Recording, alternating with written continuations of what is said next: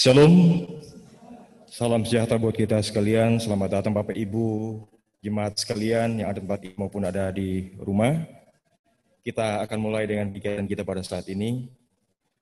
Makna Kamis Putih. Kamis Putih atau Kamis Suci adalah hari Kamis sebelum Jumat Agung. Dalam tradisi Yahudi, Kamis Putih bertepatan dengan awal masa Paskah Yahudi yang diteruskan dari Perjanjian Lama untuk memperingati kelepasan orang Israel dari Mesir. Kelepasan itu terjadi setelah Tuhan menjatuhkan tulah ke-10 kepada orang Mesir, yaitu kematian semua anak sulung. Jadi peristiwa Kamis Putih bersamaan dengan perayaan Paskah dari Perjanjian Lama. Sebagai orang-orang Yahudi, Yesus dan murid-murid memperingati Paskah Yahudi dengan mengadakan jamuan malam dengan roti tidak beragi dan penyembelihan anak domba Paskah bait suci. Perayaan Paskah itu dimulai sejak matahari terbenam, karena dalam sistem kalender Yahudi, satu hari atau tanggal tidak dihitung dari jam 12 malam, tetapi dari terbenamnya matahari sampai keesokan harinya ketika matahari terbenam lagi. Jadi hitungannya kira-kira jam 6 sore ke jam 6 sore hari berikutnya. Itu berarti bisa dikatakan bahwa peristiwa dalam Kamis Putih berada pada hari yang sama dengan peristiwa Jumat Agung. Dalam ibadah Kamis Putih kita memperingati beberapa hal. Pertama, peristiwa Yesus makan Paskah dengan murid-muridnya adalah saat pertama kalinya perjamuan kudus diperintahkan. Dan kedua, adalah pembasuhan kaki yang dilakukan Yesus kepada murid-muridnya sebagai simbol perendahan diri Yesus. Dalam tradisi Yahudi, pembasuhan kaki hanya dilakukan oleh seorang hamba kepada Tuhan yang dihormatinya. Ketiga, kita memperingati saat di mana Petrus menyangkal Yesus, Yudas mengkhianati Yesus, murid-murid yang lari meninggalkan Yesus, dan yang paling penting adalah peristiwa penangkapan Yesus. Persis pada hari penyembelihan anak domba Paskah, Yesus, anak domba Allah, ditangkap dan dipersiapkan untuk dikorbankan. Itulah kekayaan makna yang sangat besar dalam Kamis Putih. Sesuai dengan namanya, warna yang digunakan adalah putih sebagai simbol kemurnian, kesucian, terang yang tak terpadamkan, dan kebenaran mutlak. Mari kita berhimpun menghadap Allah. Saudara-saudara, kita berkumpul di hari Kamis ini untuk mengenang saat-saat Tuhan Yesus menyerahkan dirinya secara utuh dalam tujuan mulia. Dia membiarkan dirinya dicabik-cabik yang diawali dengan komitmen melalui perjamuan malam yang dilakukan dengan murid-muridnya. Kemudian dia merendahkan diri dengan membasuh kaki murid-muridnya. Dia menerima dengan tulus sebuah ciuman pengkhianatan dari Yudas, dan dengan rela membiarkan dirinya dibelenggu serta menolak untuk dibela. Disitulah putihnya Kamis Putih. Putih sebagai simbol kemurnian, kesucian, terang yang tak terpadamkan, dan kebenaran mutlak. Meski pada awal kadang kebenaran itu terinjak, tetapi ketika dia terinjak, dia tetap kebenaran. Kita melaksanakan ibadah Kamis Putih saat ini di sini untuk mengenang karya agung itu, sekaligus hadir untuk mengambil bagian dalamnya untuk meneladani Kristus yang hidup, menghamba, dan berkorban. Sebagaimana tema kita saat ini memulai ibadah kita. Mari kita ajak bangkit berdiri semua dan kita mulai dari menyanyi dari pelengkap Jemaat 138 ayat 1 dan 3.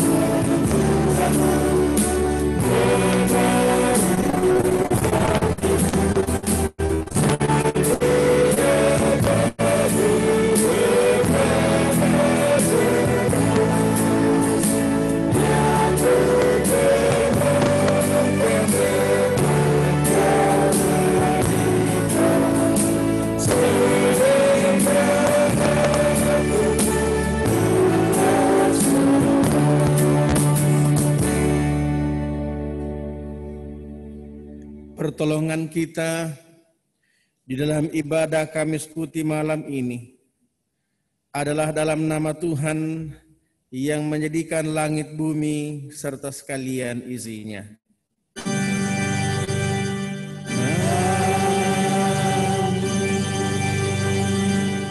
Salam kepada kamu semua. Kasih karunia Tuhan Yesus menuntun dalam ibadah ini. Salam bagimu juga. Jemaat disilahkan duduk kembali.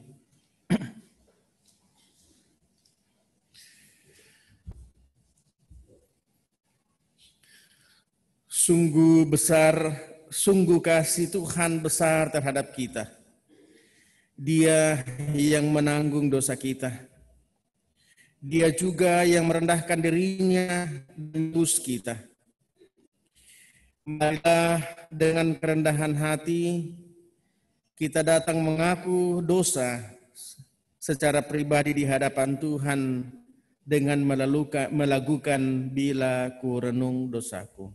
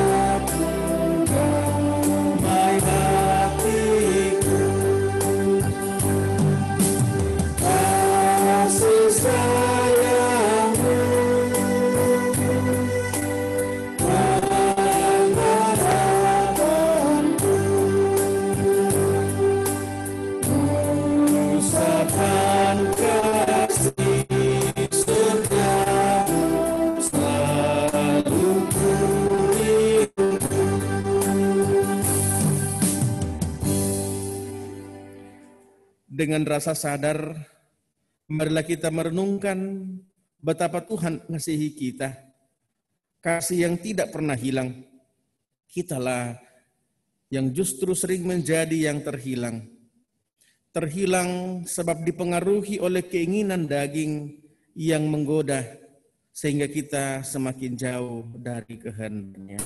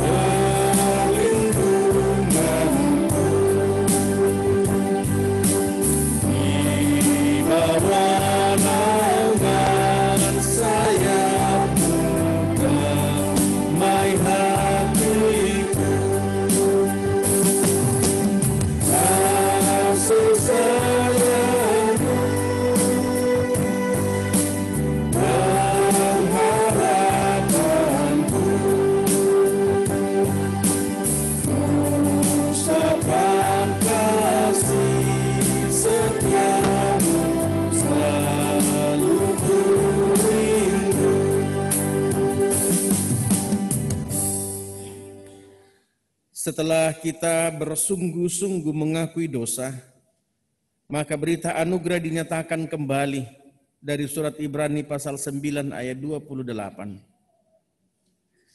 Demikian pula Kristus hanya satu kali saja mengorbankan dirinya untuk menanggung dosa banyak orang. Sesudah itu, ia akan menyatakan dirinya sekali lagi tanpa menanggung dosa untuk menganugerahkan keselamatan kepada mereka yang menantikan Dia. Amin. Kita sambut berita anugerah dalam pujian ajaib benar anugerah.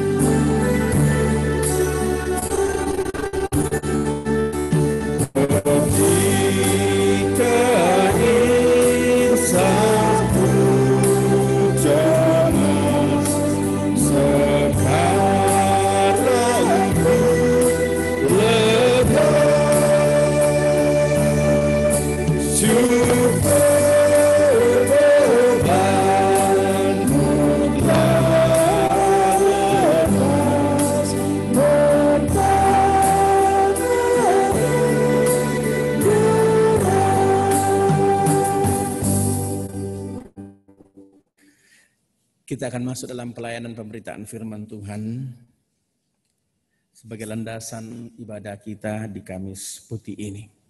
Sebelumnya kita mohon tuntunan kuasa Roh Kudus, kita berdoa. Malam ini Bapa, baik kami yang hadir di gedung gereja, maupun kami yang mengikuti ibadah ini dari rumah masing-masing, kami mempersekutukan diri, menyatukan iman dalam permenungan penghayatan kami. Bagaimana saat-saat terakhir ketika Engkau mau menjalani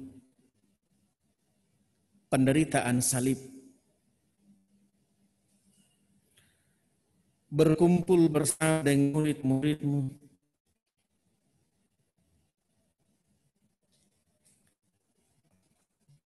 melaksanakan jamuan Paskah dan membasuh kaki para murid. Dan tidak lama berselang Engkau menjalani penghukuman itu yang seharusnya kamilah yang dihukum. Ketika kami dalam ibadah malam ini menghayati dan merenungkan pengorbanan-Mu ini Tuhan, kami tersungkur di hadapan-Mu, merendahkan diri kami.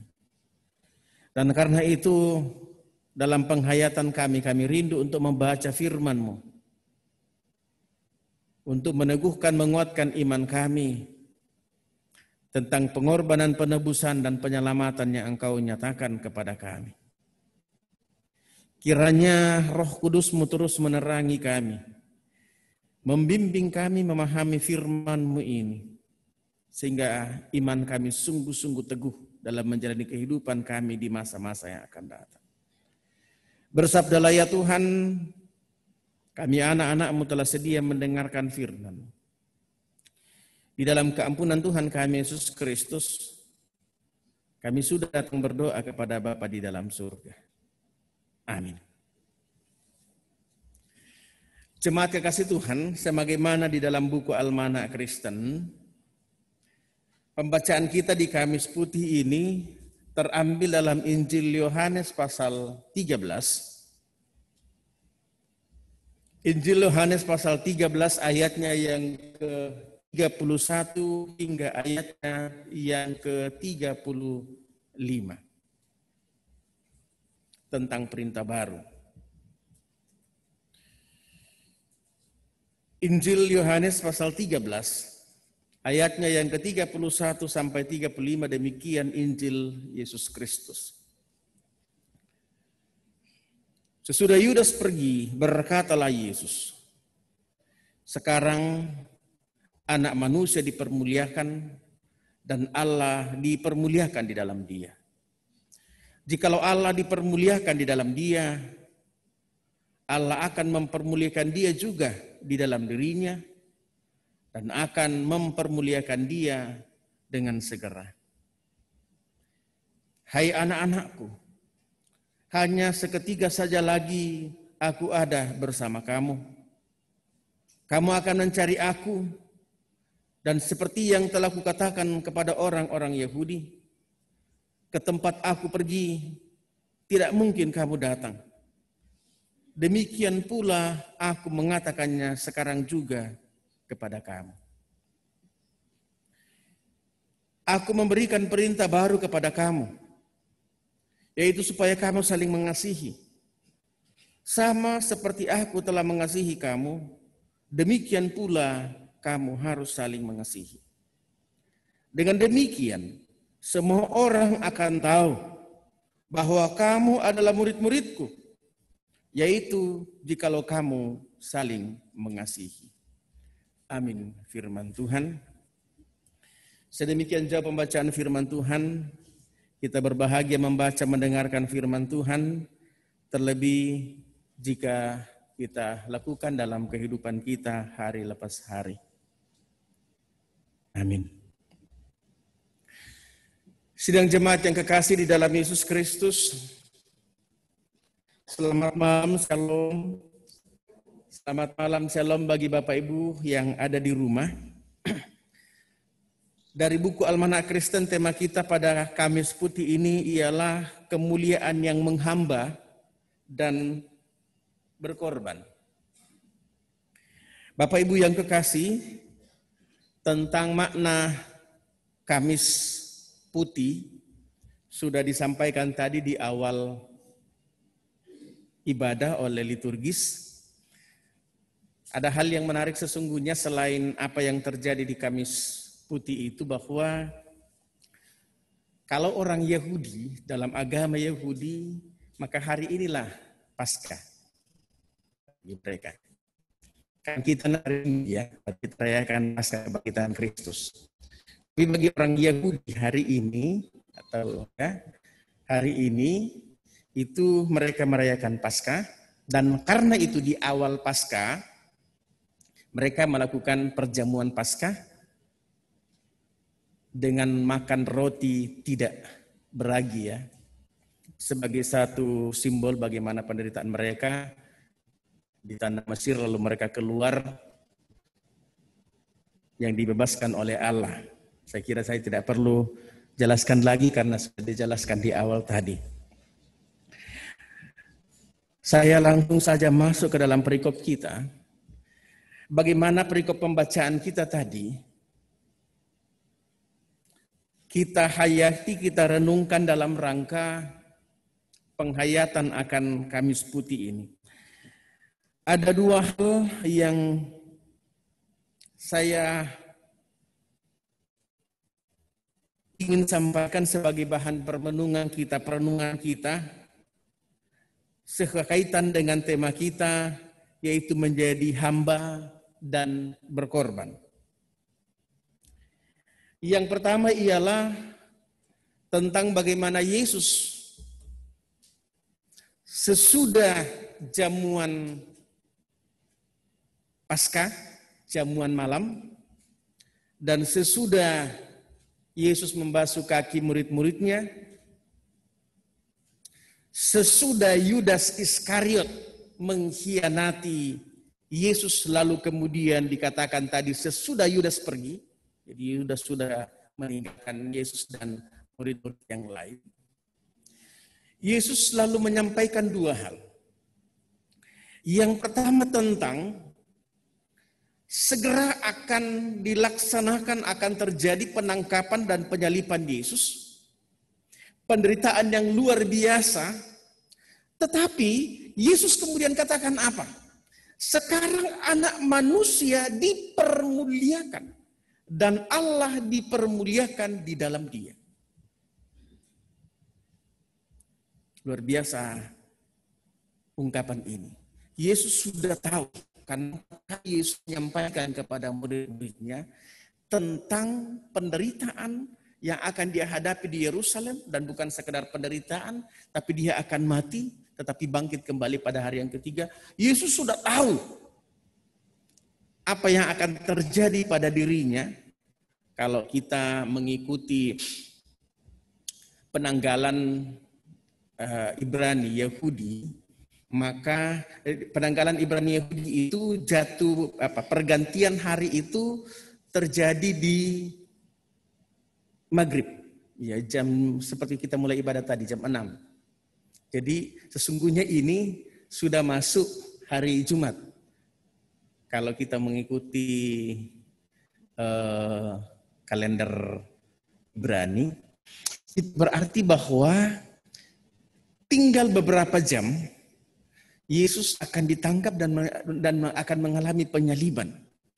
Penderitaan itu, kesengsaraan itu sudah ada di depan mata Yesus.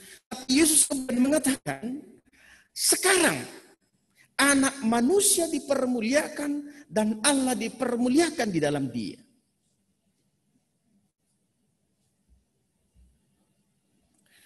Ini memang agak sulit dipahami oleh para murid.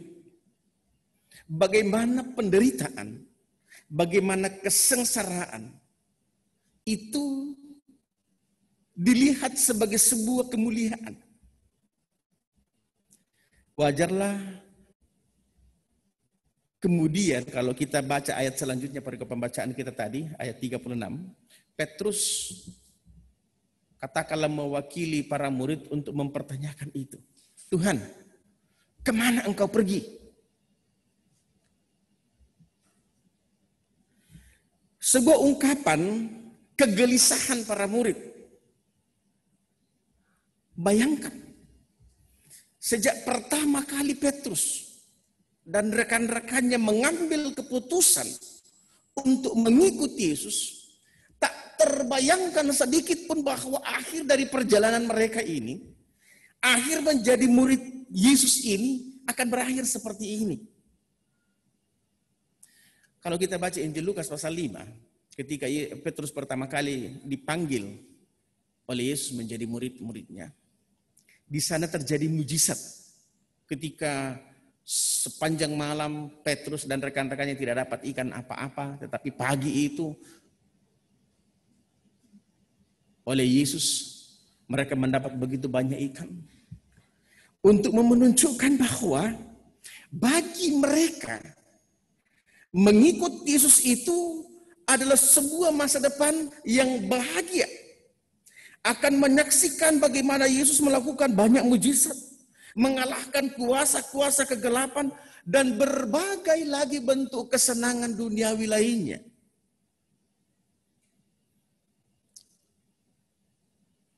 Tidak pernah mereka bayangkan, tidak pernah mereka pikirkan bahwa Yesus harus menjalani jalan salib dan penderitaan seperti yang dijelaskan kepada mereka.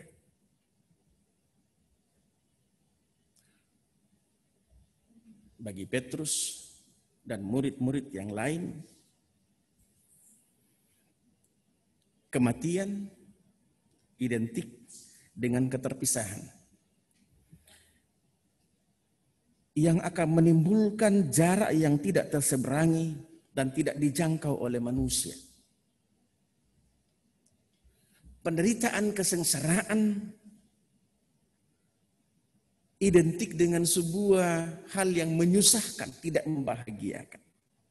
Tetapi Yesus justru kemudian menyatakan bahwa kematian Yesus di kayu salib adalah kemuliaan.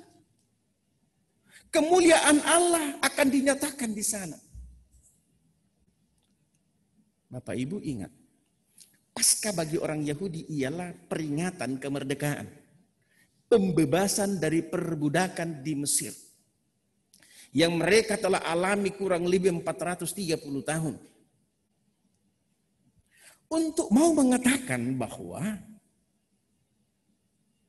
pengorbanan Kristus, jalan salib, Via Dolorosa yang akan ditempuh oleh Yesus, sesungguhnya menjadi jalan kemerdekaan, jalan penyelamatan, jalan penebusan bagi para murid.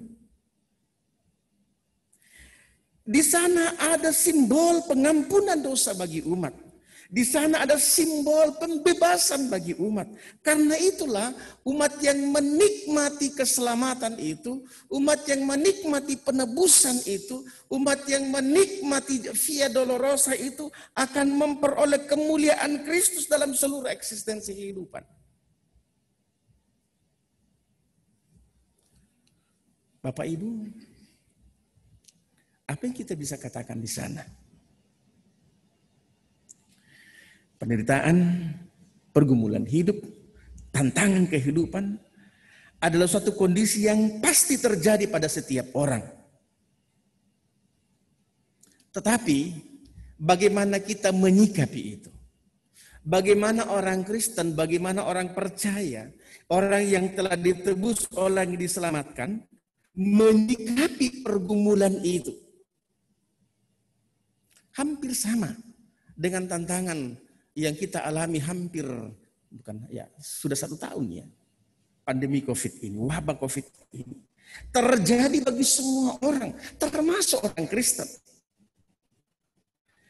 Tetapi bagi orang yang mempercayakan hidupnya kepada Kristus, jalan penderitaan itu menjadikan hidup mereka semakin memancarkan kemuliaan Allah. Karena ia sanggup berdiri teguh menjalani kehidupan dalam keyakinan bahwa segala penderitaan, segala pergumulan itu telah diselesaikan Yesus di kayu salib. Masih ingat ungkapan Yesus, marilah kepada aku, semua yang letih lesu dan yang berbeban berat, aku akan memberikan kelegaan kepadamu. Yang kedua, renungan yang kedua di kita di Kamis Putih ini. Bagaimana Yesus memberikan perintah untuk saling mengasihi. Perintah ini sesungguhnya sangat-sangat kontradiktif, sangat paradoks ya. Yudas baru saja mengkhianati Yesus. Saya mau katakan begini dulu. Yesus baru saja merendahkan hati, merendahkan dirinya, membasuh semua kaki murid-muridnya. Termasuk Yudas. Kalau kita baca perikop sebelum pembacaan kita tadi, ketika perjamuan malam, yang pertama mendapatkan roti dari Yesus ialah siapa? Yudas. Dalam tradisi orang Yahudi, orang yang pertama kali diberikan roti itu adalah orang yang terhormat. Mirip-mirip juga kita ya. Kalau ada acara resepsi, ada acara jamuan, biasanya yang dipersilahkan duluan makan, yang dipersilahkan mengambil hidangan pertama kali ialah tamu-tamu terhormat. Tetapi apa jawaban Yudas? Bagaimana respon Yudas? Bagaimana Yudas mau menyatakan itu? Ternyata tidak. Begitu Yesus merendahkan dirinya membasuh kaki Yudas, begitu Yesus menghormati Yudas, saya baca luar biasa di situ. Yudas menerima roti itu lalu segera pergi. Pada waktu itu hari sudah malam, sesudah itu Yudas pergi. Ketika kita dikasihi, oke, kita juga harus mengasihi. Ketika kita dihormati, maka kita juga menghormati. Ketika kita dihargai, maka kita juga akan menghargai orang itu. Tapi bagaimana kalau kita dikhianati? Bagaimana kalau kita tidak dikasihi? Bagaimana kalau kita dimusuhi? Bagaimana kalau ada teman kita istilahnya menggunting di dalam lipatan?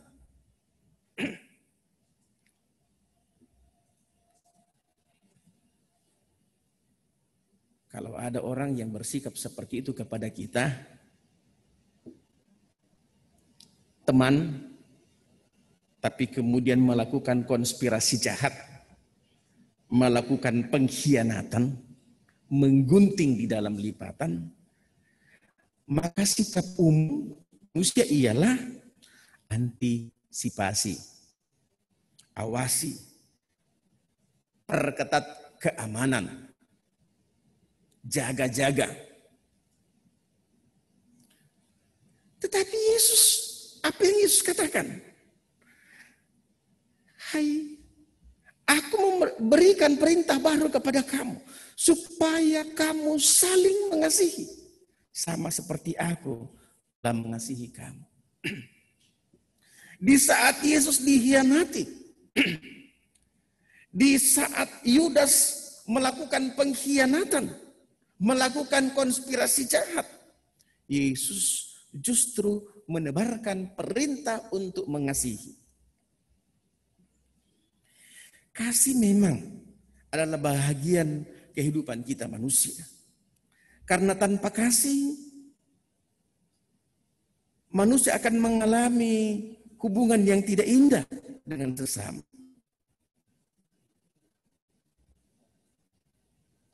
Bahkan dengan para murid. Ketika Yesus meninggalkan mereka, ketika Yesus akan mengalami jalan sengsara mati, bagaimana dengan para murid? Jangan-jangan murid ini akan saling menyelamatkan dirinya masing-masing. Jangan-jangan murid ini akan menghidupi kehidupannya masing-masing. Kembali kepada kehidupan dan tidak saling mengenal. Karena itu, Yesus mau menyatakan bahwa kamu harus saling mengasihi sebagai identitas murid. Dengan demikian, semua orang akan tahu bahwa kamu adalah murid-muridku jikalau kamu saling mengasihi. Kasih yang dimaksudkan Yesus ini adalah kasih yang betul-betul penuh pengorbanan. Bagaimana tidak berkorban? Sudah dikhianati, sudah dimusuhi, ada amarah di sana, tetapi dijawab dengan cinta kasih. Saudara-saudara yang kekasih di dalam Yesus Kristus, kita mengasihi karena Allah terlebih dahulu mengasihi kita. Kasihnya tidak terbatas. Kasihnya menembus suku, agama, ras, dan budaya.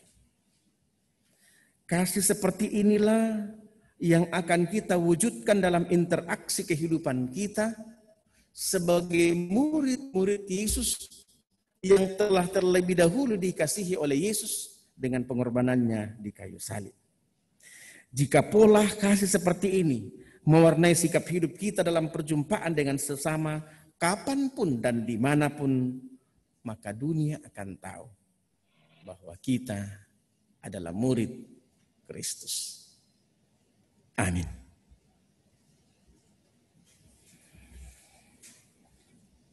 Kita aminkan renungan firman Tuhan ini, satu pujian karya terbesar.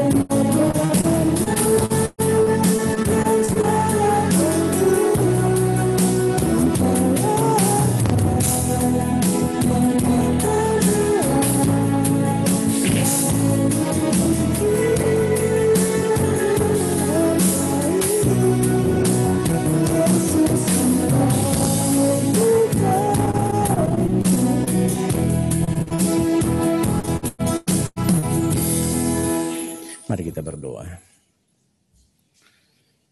Tuhan, pengorbananmu sungguh mulia.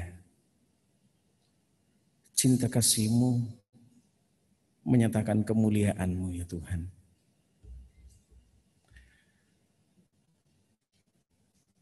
Saat mana Engkau berkorban, sengsara mati disalibkan, sesungguhnya kamilah yang harus tersalib. Tetapi Engkau telah menggantikan kedudukan kami. Cinta kasih-Mu yang penuh pengorbanan itu menunjukkan kemuliaan-Mu.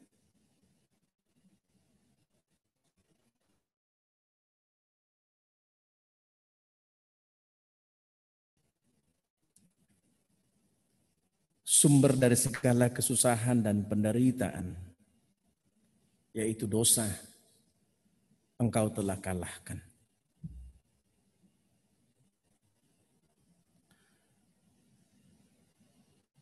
Sehingga kami dimampukan menjalani kehidupan ini bersama dengan Engkau.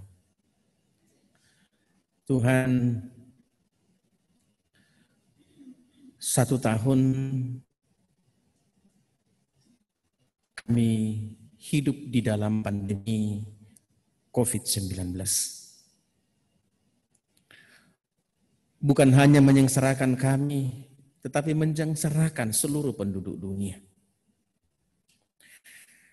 Banyak orang yang terpisah dengan keluarga karena kematian. Banyak saudara yang sengsara oleh karena mengidap tertular COVID-19 ini. Kami terpaksa untuk harus mengatur jarak.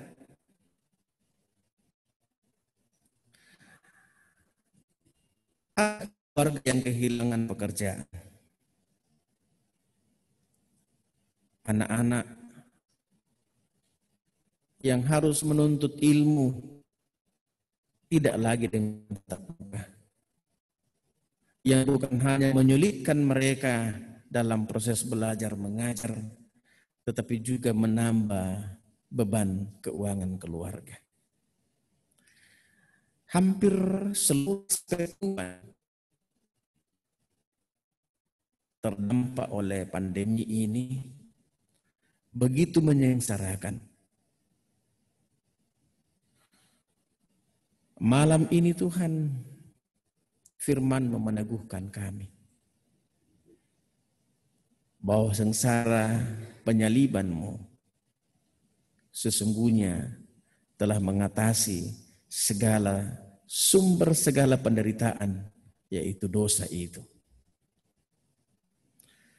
Sehingga di Kamis putih ini, di Kamis sunyi ini, kami dapat menghayati makna pengorbanan-Mu, putihnya kemuliaan yang Engkau pancarkan, terangnya jalan bersama dengan Engkau. Kami tidak menatap lagi dengan keputusasaan, kehampaan, tetapi ada terang-Mu yang ajaib yang menuntun perjalanan kami. Bapa di dalam surga,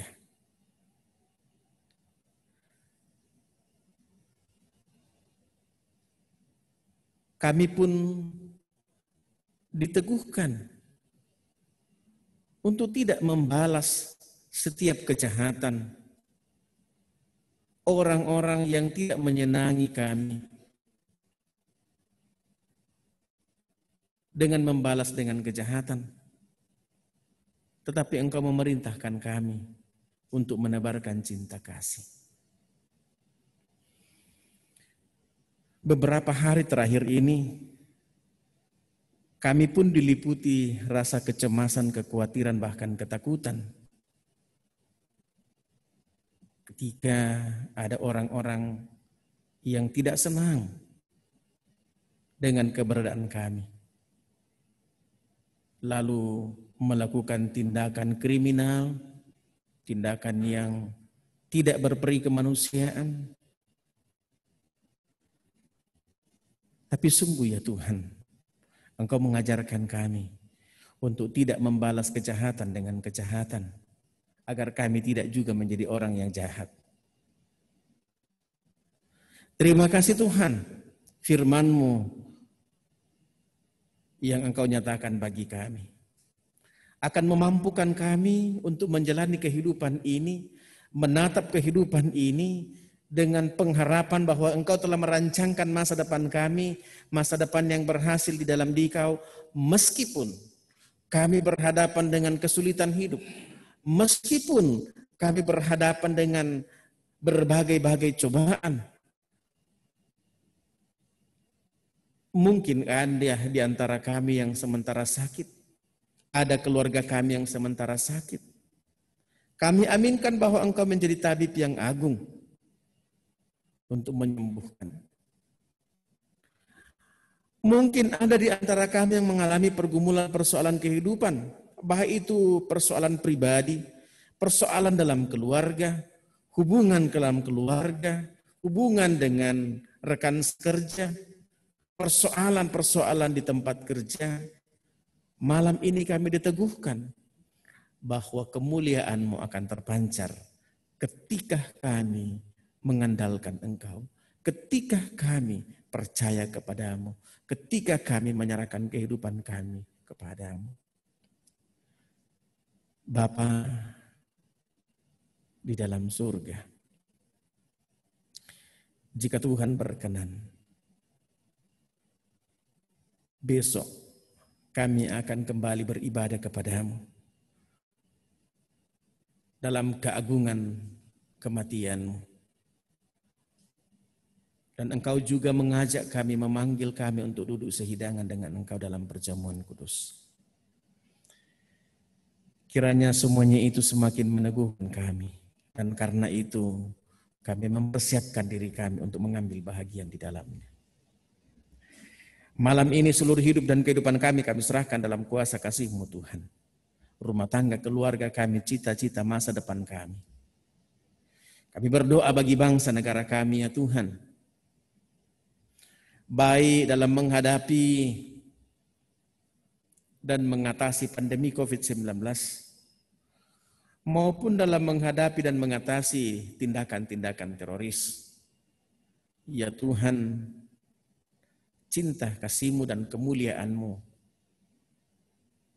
kami aminkan menjadi tuntunan bagi pemerintah kami, TNI Polri, dan semua yang terlibat di dalamnya, untuk kami dapat melewati masa-masa sulit ini dan kembali kami merajut persatuan dan kesatuan bangsa dalam cinta kasih. Pimpin kehidupan kami selanjutnya Tuhan, karena bersama dengan Engkau kami menikmati kemuliaan-Mu. Ini syafaat kami Tuhan. Ampuni salah dan dosa kami. Dengarkan, sempurnakan dan sahuti doa kami. Semuanya kami bawa kepada-Mu di dalam nama Tuhan Yesus Juru Selamat kami, yang telah mengajar kami berdoa bersama-sama demikian. Bapa kami yang di sorga, dikuduskanlah nama-Mu. Datanglah kerajaan-Mu, jadilah kehendak-Mu di bumi seperti di sorga. Berikanlah kami pada hari ini makanan kami yang secukupnya, dan ampunilah kami akan kesalahan kami, seperti kami juga mengampuni orang yang bersalah kepada kami. Dan janganlah bawa kami dalam pencobaan, tetapi lepaskanlah kami daripada yang jahat, karena Engkau yang mempunyai kerajaan dan sampai selama-lamanya. Amin.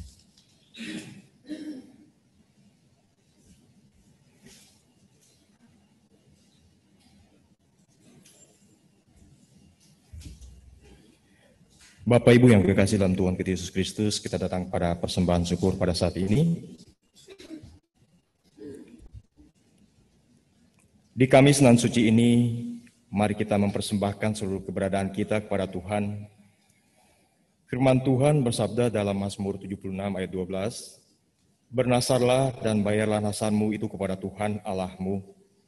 Biarlah semua orang yang di sekelilingnya menyampaikan persembahan kepada Dia yang ditakuti.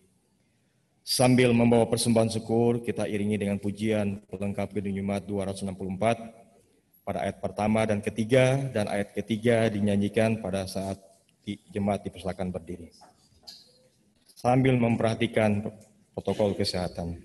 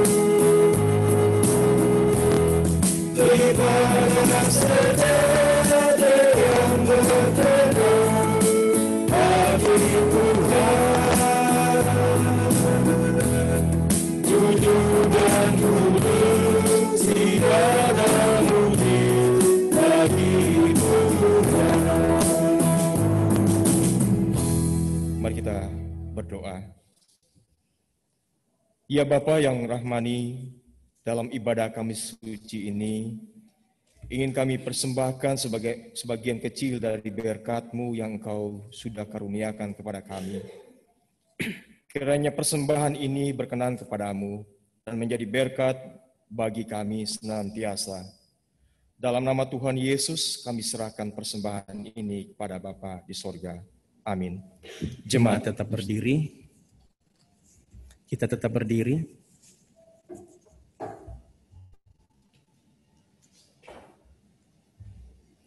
Dengarkanlah sabda pengutusan. Sebarkanlah keteladanan Kristus yang mau merendahkan diri dan mau berkorban demi kita manusia dengan hidup berbagi kasih dengan sesama. Tuhan menyertai kita. Satu pujian di heningnya malam ini.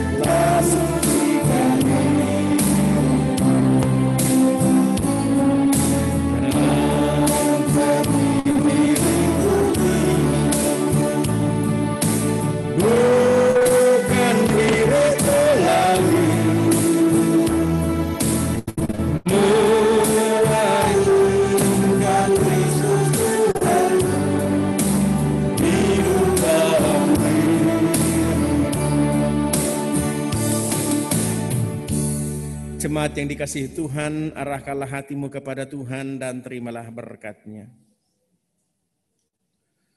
Tuhan memberkati engkau dan melindungi engkau.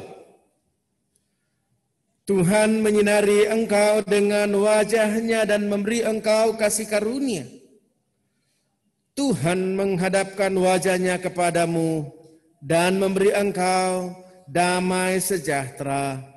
Amin.